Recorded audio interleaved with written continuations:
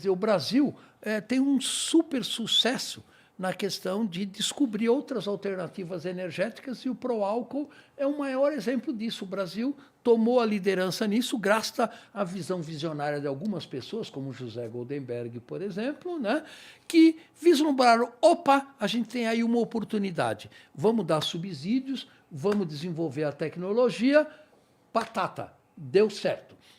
Toda nova tecnologia tem efeitos colaterais, né? Então, você anda hoje pelo interior do estado de São Paulo, você só vê cana-de-açúcar. Não deveria ser assim. Poderia haver um zoneamento ecológico que mantivesse a biodiversidade do estado.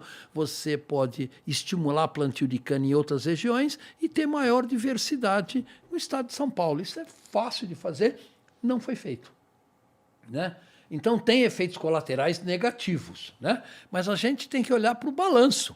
Tem efeitos positivos e tem efeitos negativos. E, um dos grandes desafios da humanidade vai ser como nós vamos alimentar 10 bilhões de pessoas em 2050. Não vai ser fácil, né? Se não é fácil hoje, né? Hoje a gente produz alimentos suficientes para alimentar toda a população, né? Só que o nosso problema é a má distribuição desses alimentos, né?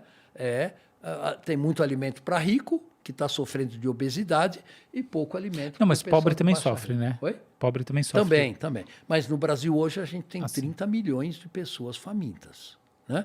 E isto só vai tender a agravar com o avanço da crise climática. Cara, o álcool... vamos lá, abasteci o meu carro com álcool. Na hora que ele vai fazer a emissão dos gases de lá com álcool, é menos sinistro? O balanço é praticamente zero. Por quê? Sério? Sim. Por quê? A Vira planta, água. ao crescer, ela cresce por fotossíntese. O que é a fotossíntese? Ela retira CO2 da atmosfera e fixa esse carbono em açúcares e matéria orgânica da planta, tá? Aí você corta aquela cana-de-açúcar, transforma ela em vinhaça, transforma ela em uma série de coisas. O produto final é o álcool que você queima no seu carro e ele se transforma em CO2, volta para a atmosfera. Aí outra planta pega aquele CO2, transforma em álcool e vai aqui. O balanço não é zero totalmente, porque você gasta energia no transporte desse álcool, você gasta energia no processo de produção. Mas para quem aspira é muito mais seguro, né? A questão de você morar nessas ele vias... melhora a questão da poluição do ar, porque os compostos do álcool geram menos poluentes atmosféricos que os compostos da gasolina. Tem muitos benefícios. Porra, não sabia disso. Então, o álcool é muito positivo. E para quem gosta de correr, corre mais o carro, né? Se você puder abastecer o seu carro com álcool, faça isso, mesmo que você pague um pouquinho a mais do que você pagaria pela gasolina. Você vai estar ajudando a diminuir o aquecimento global. É simples como isso. Interessante, eu não sabia disso, achava que era a mesma coisa. Não é. Mas aí é só parar pra pensar um pouquinho também, né?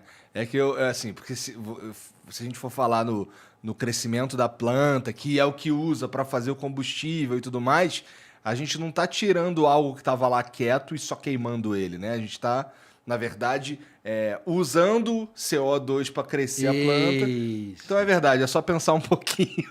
No caso do petróleo, veja, o petróleo que está embaixo no subsolo, ele é o produto de árvores que morreram há milhões de anos atrás, foram para o subsolo, envelheceram e viraram petróleo. A humanidade achou uma maneira de pegar aquele petróleo ou o carvão e produzir energia com isto. Mas só que aquelas árvores morreram há milhões de anos. Então, o que acontece? Esse petróleo, esse CO2, adiciona na atmosfera. Sim. No caso do álcool, não. O balanço é quase zero. Mas é muito melhor do que a gasolina, né? Não há a menor dúvida. Pô, seria interessante se a gente imagina... É que a gente também não para de descobrir petróleo. Tem um cara aqui que trabalha com a gente, que na verdade ele apresenta um programa, o Sérgio. Era pra ele estar aqui, mas ele tá viajando. O nome do programa dele é Ciência Sem Fim. E ele é geólogo, ele pesquisa essas paradas e tal. E aí ele fala, a gente não para de descobrir petróleo toda hora. Então, assim... Exatamente. Bem que a gente podia parar de descobrir petróleo. Há 40 anos o Brasil não conhecia o pré-sal. Né? E agora, o limite do uso do petróleo vai acontecer pelas limitações do aquecimento global. Isso hoje já é muito claro. Vai chegar mais rápido do que a gente deixar de encontrar petróleo. O que você acha melhor para o Brasil? A gente substituir o carro a gasolina pelo carro a álcool ou pelo carro elétrico? Veja, aí depende de como a energia elétrica do carro elétrico vai ser gerada. Não, mas dentro das condições normais que é hidrelétrica. Se for uma hidrelétrica, ou se for energia eólica, ou se for energia solar, a resposta é clara, é um carro elétrico. Tá? Agora, por outro lado, os carros elétricos também têm problemas. Né? Um deles é o seguinte, você gasta muito mais energia para produzir as baterias dos carros elétricos do que, por exemplo, o motor a combustão interna. Mas isso é hoje.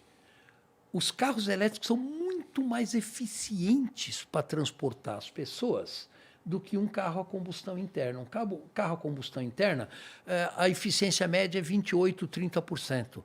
O resto é calor e atrito mecânico. Um carro elétrico é muito mais eficiente. Então, ele é muito mais inteligente do que esses carros que a gente tem, que foram inventados há 2 séculos atrás. Basicamente, você está falando que 30% da energia gerada por um carro é o que move ele. Exatamente. O resto a gente gasta com calor. De bobagem, em atrito, calor e assim por diante. Né? Então, um carro elétrico faz muito mais sentido. E o futuro da mobilidade é elétrico. Além disso, ele não emite poluentes.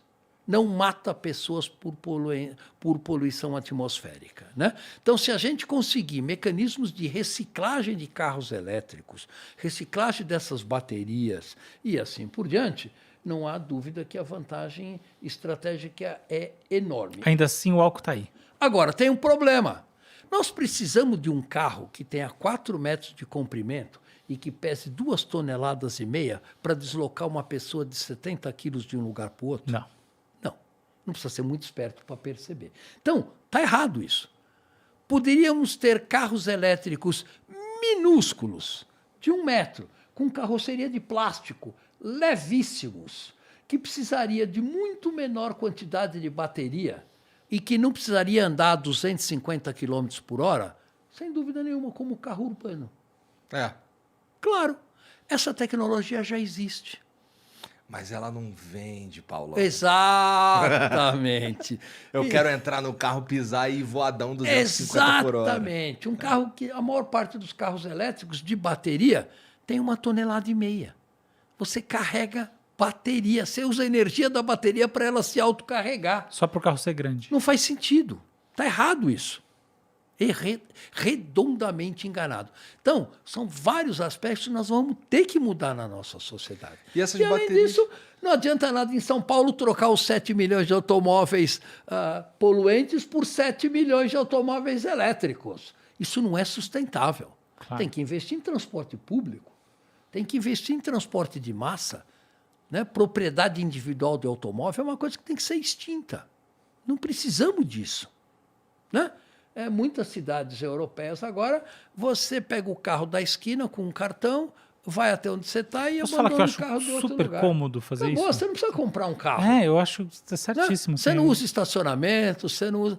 E assim por diante. Então, Paulo, vou deixar isso aí para a próxima geração, hein? Acho que essa eu vou pular. Não pode, não. Eu gosto muito do meu carro. Tem que ser para essa geração. Isso tem que mudar. São hábitos. Mudança de hábito de consumo vai ser fundamental, que é o que você está dizendo agora, entendeu? Você falou isso daí, me pegou de verdade, assim, porque, caralho. Vai ter que mudar.